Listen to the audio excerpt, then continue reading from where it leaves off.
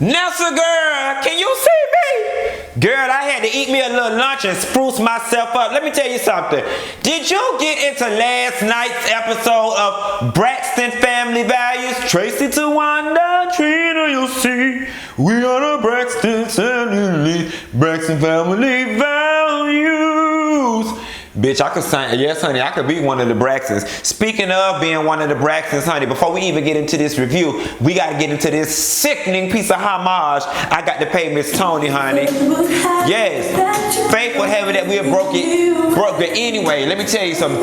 And every time I close my eyes, I just remind myself, you told me none of your lies, you put my heart through. Yes. That's a girl, just for old time's sake. You don't know about it. She say she ain't about to play the game. Why should I care?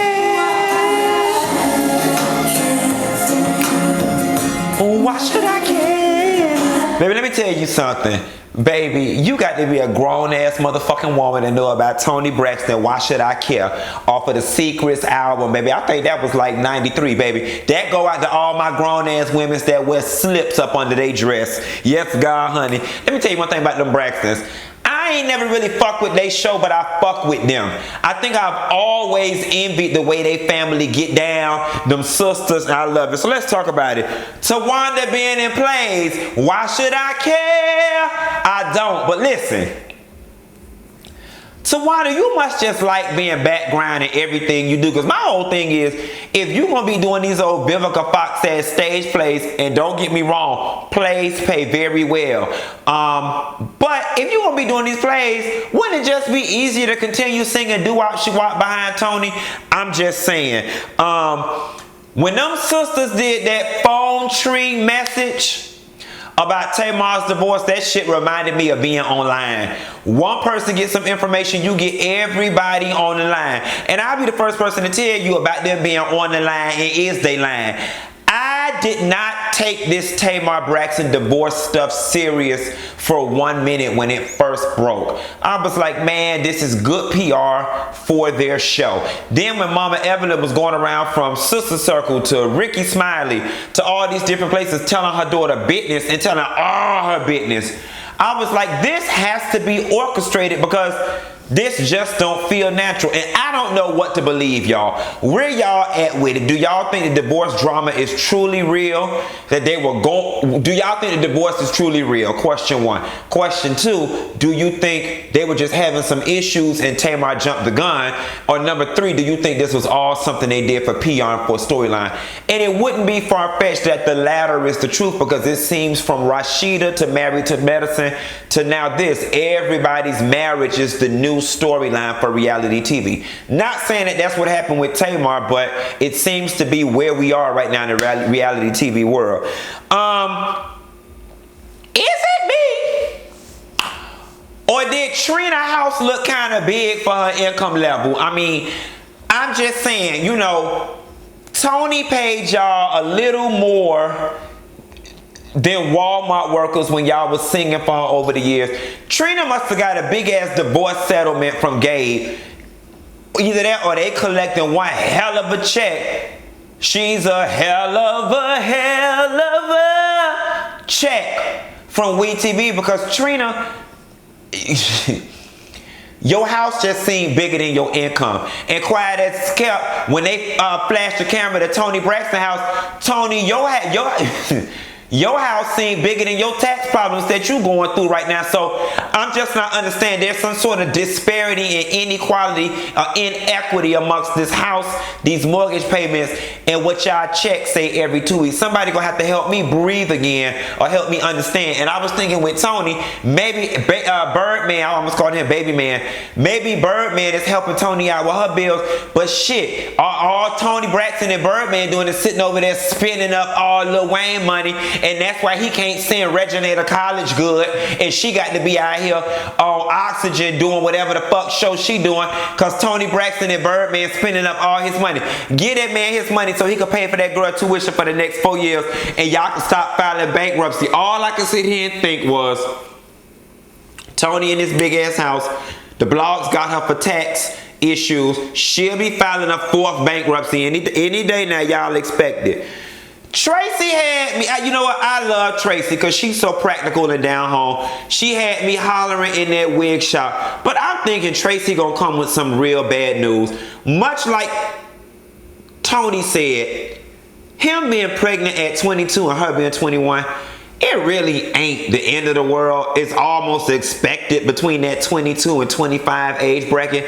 You know, long as they out of high school and they kind of doing something with their life and y'all in the situations as parents and a family that y'all can help them out, you know, it's kind of cool. And that's why Mama Braxton took it like that. Y'all know, the older parents get, the more lax they become. Whereas when you got pregnant, your mama, you know, caught hell in high water. You caught hell in high water. Now that you are older, now that your mama is older and she's lived a little more, she realized somebody in their 20s having a baby ain't the end of the damn world. We got through it. Your ass will get through it. I ain't finna waste no time being mad. Congratulations to him and his girlfriend. Bring on my great grandbaby. I want to know one thing though.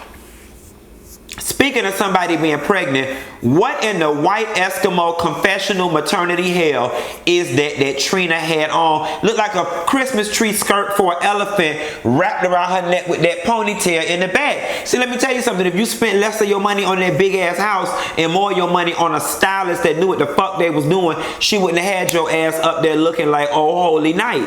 I just was not understanding. Hair was a mess. Outfit was a mess. Makeup was mediocre. What is the tea?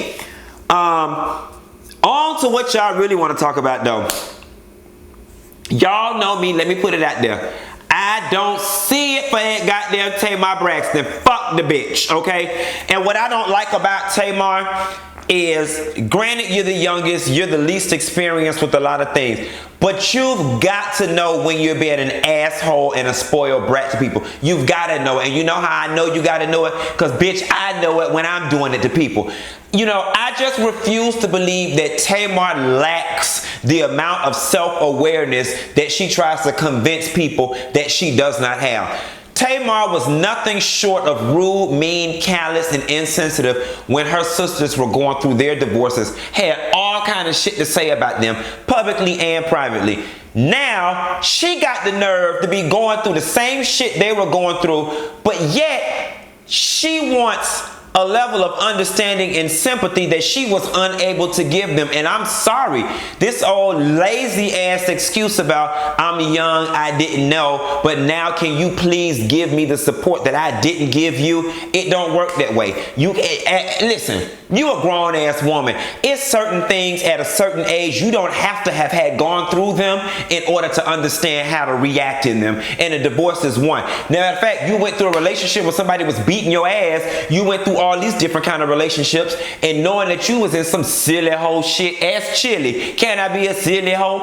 If you was in some silly hoe shit, you knew how you wanted people to respond to you then. That was enough and a close enough parallel for you to have had a little bit more sympathy and compassion when you was going through something. So I'm not gonna lie though, me being the compassionate person that I am, I really do feel like Tracy and the others, you know, their timing was off when asking you about shit. But I'm gonna tell you something, Tamar, you hurt people's feelings so bad that they sit back, family and all, and can't wait for the moment you're going through an inkling of what they were going through so they can throw it in your face and humble your ass. That's what happened. Tracy's timing was off, and I wish that she would have had a little more self-control and would have waited before she went there with you. But then again, I can't feel no sympathy, Tamar, because you didn't wait on nobody else.